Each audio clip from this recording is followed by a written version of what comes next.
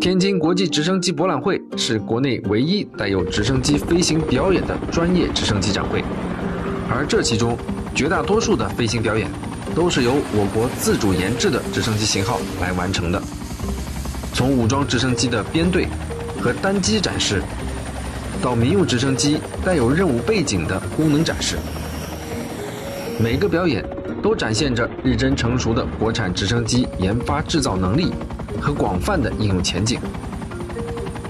而在室内展馆里，通过真机和模型相结合的展出方式，国产直升机军民结合、一机多型、全谱系化发展的产品格局，完整地呈现在了我们的面前。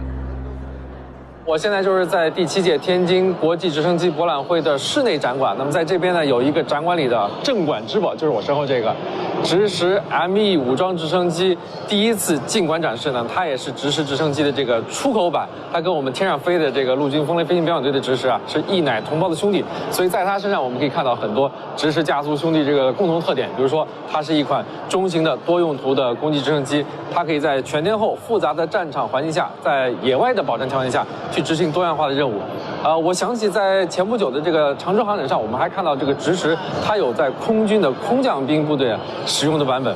所以说这个直十这个家族从它身上就可以看出来，已经发展出了一个覆盖多个应用场景的一个大家族了。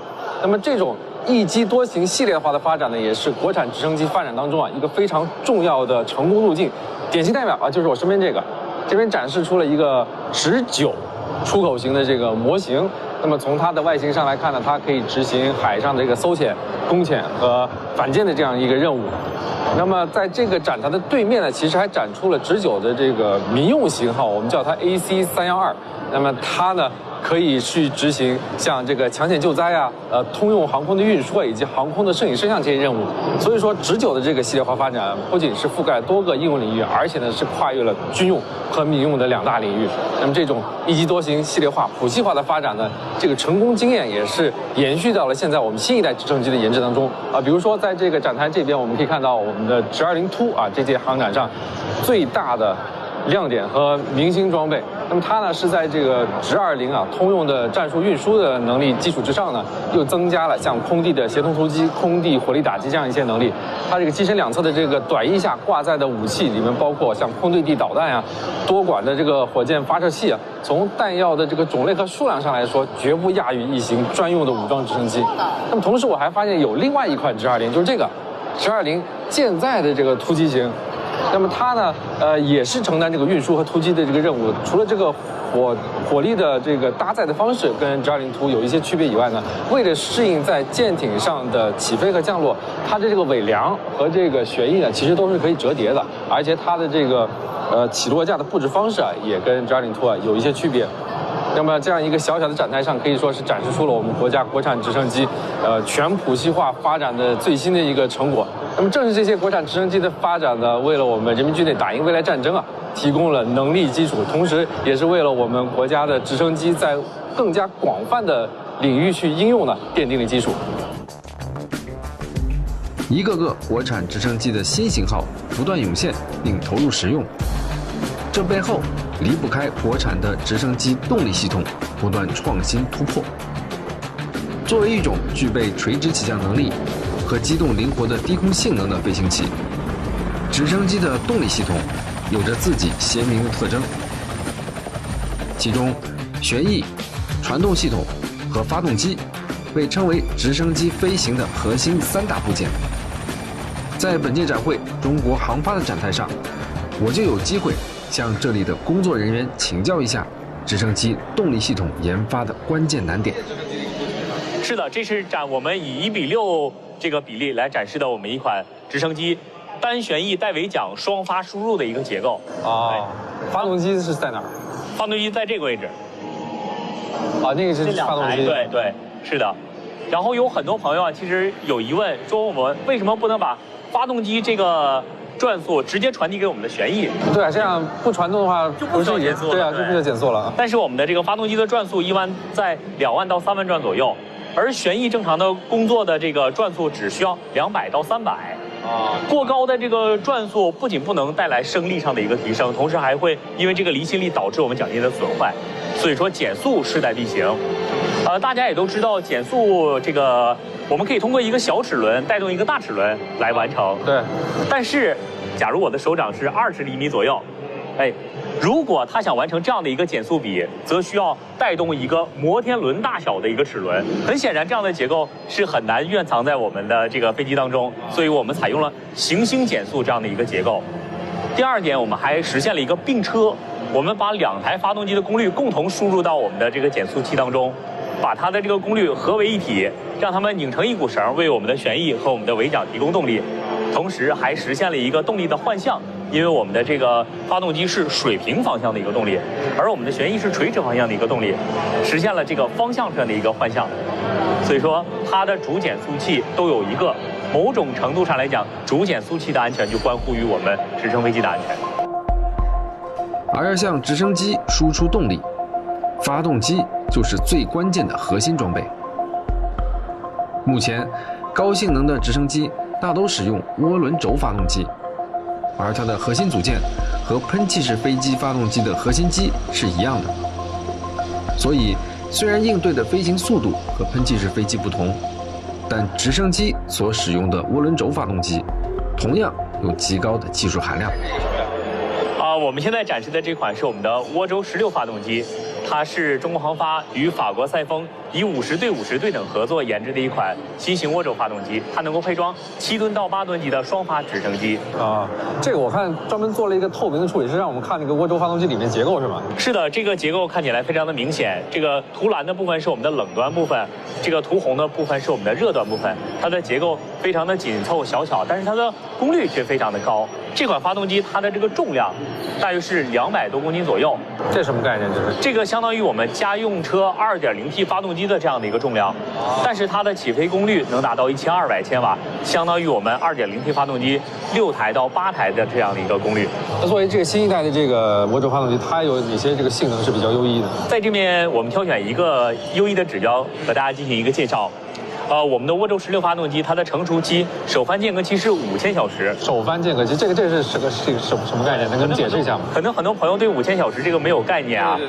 我们的直升机在天上的这个经济巡航速度大约在270公里每小时，在首翻期5000小时这个周期内，它所能达到的航程可以绕地球的赤道飞行34圈。对，就是说其实在很长的一段时间内不需要进行大的这种翻修。是的。安全性上呢？安全性是这样的，请我们的摄像老师给我们这个证书一个特写镜头。这俩证书是吧？是的。让我看一下。这是我们分别取得的型号合格证和这个生产许可证。取得这2款证书，就意味着我们这一款发动机它每100万工作时长发生重大事故的概率小于1次。这也是我们航发人对于飞行安全的一个极致追求，1万的努力杜绝万一的发生。在这里，我还注意到主展台上展出了一组特殊的产品，这就是正在研制中的航空混合动力系统。在这边展示的就是我们这个混合动力啊，它的原理上是类似的，然后它有2个非常重要的特点。首先，它是由我们的航空发动机连接着我们这个兆瓦级发电机，从而以纯电的形式驱动于我们的这个前进。那么它就涵盖了2个非常重要的一个特点，既涵盖了我们航空发动机的这个安全性和高可靠性，同时也涵盖了我们电驱动的一个高效性。在现场我们也能够看到，这个展品有很多的这个管路，这个管路是3路的这个 AC/DC， 也就是我们交织流的一个转换，每一路都是相对独立的，所以说它相当于是安全的一个冗余性非常好。它这个由前面的这个兆瓦级这个发电机发出来的电能，一部分直接供给于我们这个桨叶，另一部分供给到我们这个动力电池当中。一旦我们的这个机械结构发生损毁，我们的动力电池还能够独自驱动我们的这个桨叶，完成2到3分钟的一个独立的一个纯电飞行，这样也便于我们的这个飞行员找到合适的这个迫降场地，使我们的这个安全性能更加提高。除了安全性能方面的考虑以外，这混合动力还能提高飞机哪些性能？用电能去驱动，这样的电效率会非常高。那么这一款也会未来这个装机范围也是我们3到8吨的这个 eVTOL。包括我们的这个10吨到20吨级的这个分布式电推进的这个通航飞机，它的应用场景未来也是非常广阔的。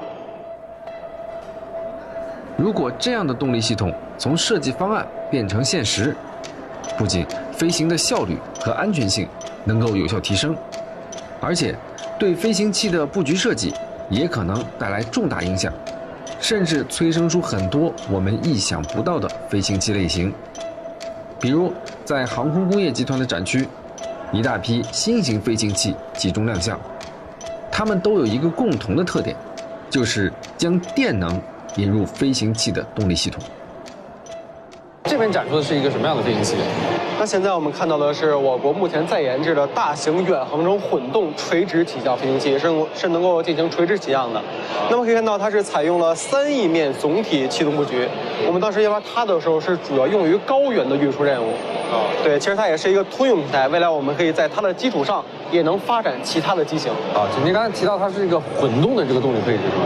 这个动力配置对它的飞行性能来说有什么样的提高的？第一是增大了咱们这个飞行器的一个航程，第二是为了节省能源。如果我们全用油的话，肯定是比较耗能源。如果有电的加持，就跟现在汽车一样，油电混要比全油要节省能源。对，行。这个，然后后面这个是，那后面我们看到的是也是正在研发的我们的 ARE300电驱动模块化多旋翼飞行器，全机身采用了复合材料。那么基于模块化的设计理念，它能够快速实现有人及无人的状态转换，未来可在旅游观光、城市交通以及我们物资运输上面起到关键作用，也可能在以后军事作战中也能起到独特作用。行。在它后面这个呢？后面我们看到的是与前面不同的，可能前面用油用电，后面我们看到的是 ARE300A 我们的轻动力多旋翼飞行器。氢动力，它是拿氢能源来作为它的主要动力的。那这个氢是它是怎么使用的？是燃烧还是？也是看我们下面我们可以看到下面有一个类似于装氢的罐子。氢那是氢罐。对，氢罐。行。用氢做能源之后，它动力也是比用油用电升力要强，对，动力要强。另外，我们看到这个展区上有一个特别大的那个白色的横杆，那个是一个什么感觉？我们看到的是100千瓦级新能源的推进系统。推进系统，它不是一个飞行器是吧？对，它只是咱们一个飞机上的推进装置。您可以看到前面的 ARE3000一共有4个。就是咱们刚才看到特别长的那个东西，一共装备4个100千瓦级的新能源的推进系统。其实我们可以看到，现在我们的无人飞行器，包括一些有人无人，都可以达到一个垂直起降的一个功能。在以后的咱们的应急救援、医疗救护，甚至物资运输方面，将会起到非常关键的作用。技术的进步，新应用的不断落地，让飞行对于普通人来说，将不仅仅是乘坐民航航班出门旅行，自己驾驶飞行器，在低空享受自由翱翔的感觉，这个梦想已经不再遥远。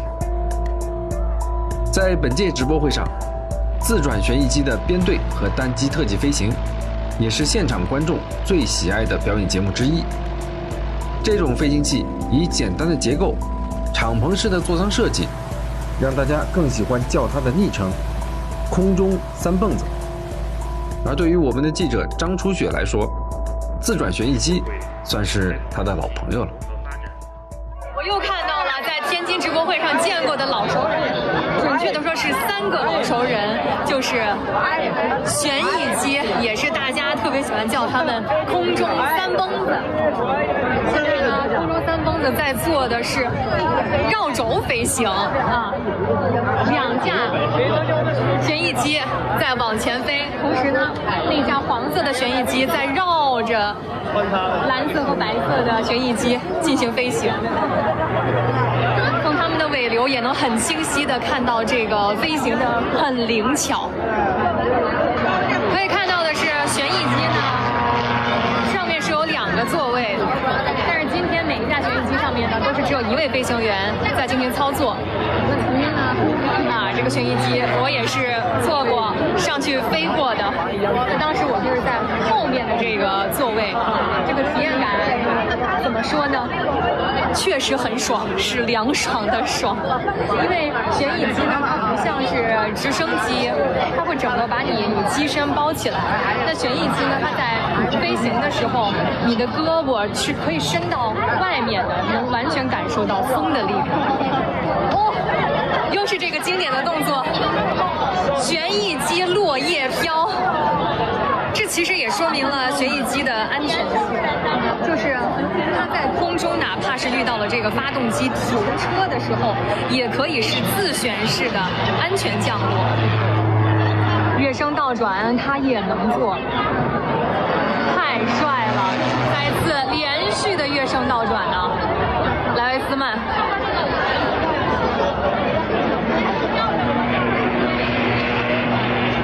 所以很多人会去对这个旋翼机的，比如说性能呀，有一点小小的怀疑。但是我们这块发现，在航展进行飞行动作展示的时候，我们直升机能做的动作，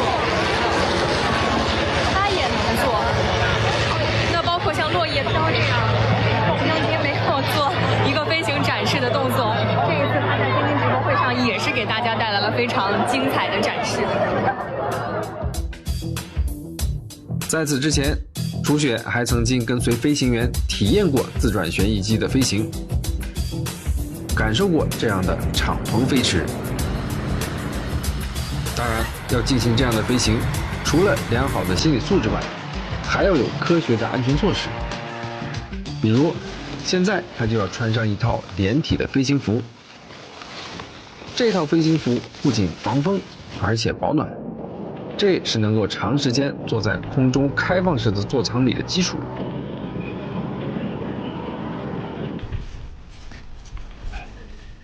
多少还是有点紧张的，毕竟是真的没有做过这种周围没有任何遮挡的飞行器呢。听内通话的话是不需要的，您正常说，您能听到自己声音。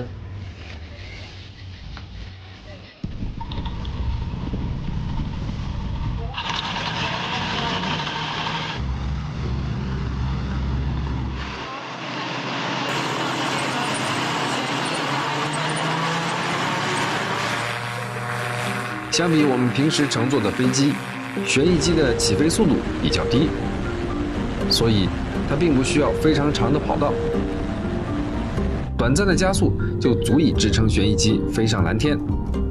短距的起降能力让旋翼机的使用和部署非常灵活。不过，要适应坐在这样的座舱里，还是非常不容易的。一般人第一次坐，都会感觉好像一翻身就会从座舱里掉出去。这对我们的记者来说，当然是一个心理考验。但在军用场景中，这种随时可以一跃而出的座舱设计，还可以帮助隐蔽渗透的尖兵完成跳伞的任务。当然，因为是第一次拍摄自转旋翼机的飞行体验，我们还是低估了它的飞行能力。因为在这样的发动机噪声和空中气流的冲击下，我们的摄像机是完全录不到记者说话的声音的。在演示科目里，飞行员完成了正常的起飞和跑道的绕飞，在降落地面之后又马上加速，再次起飞。这里包含了旋翼机所有的基本操作。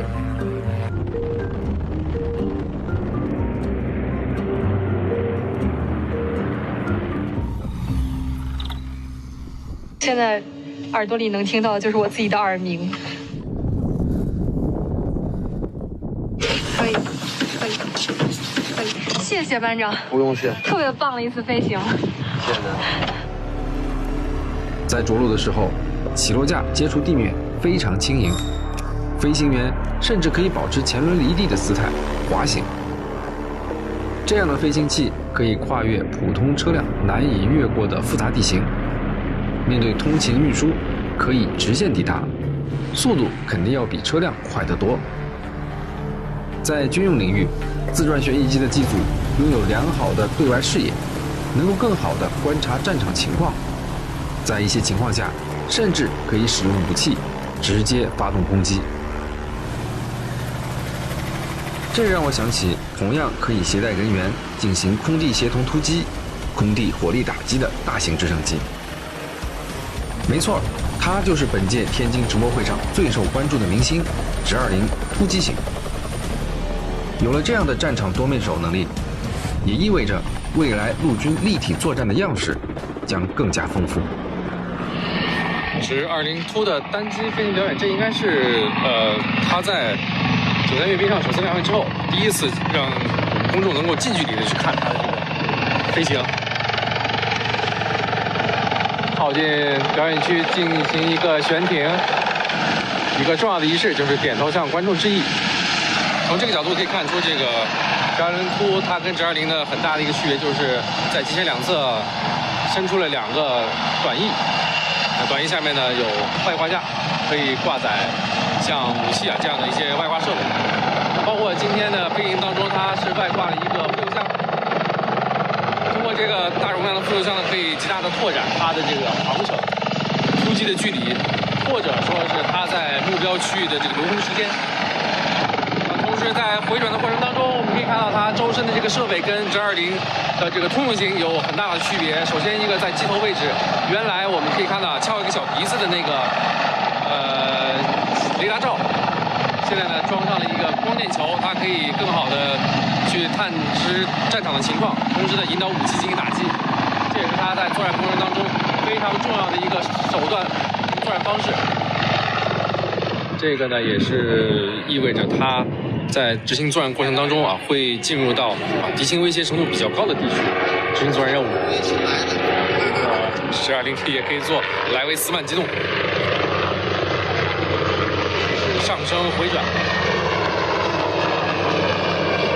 我们知道这个1020的通用型一般用来搭载这个步兵作战班组，完成一个运输的一个工作。但是呢，它的这个飞行机动能力其实可以像直升一样去做出那些非常复杂的这个战术动作。再一次回到从侧面可以看到，它的武器挂架的外侧呢，还装有这种光电的这种告警装置，也就是说，敌方对它发射导弹的话，它可以探测到导弹的这个点火和发动机尾焰当中发出这个一些特定的光线，特别是这个紫外波段的这个光线，然后呢就能够给飞行的机组呢告警什么方向有导弹来袭。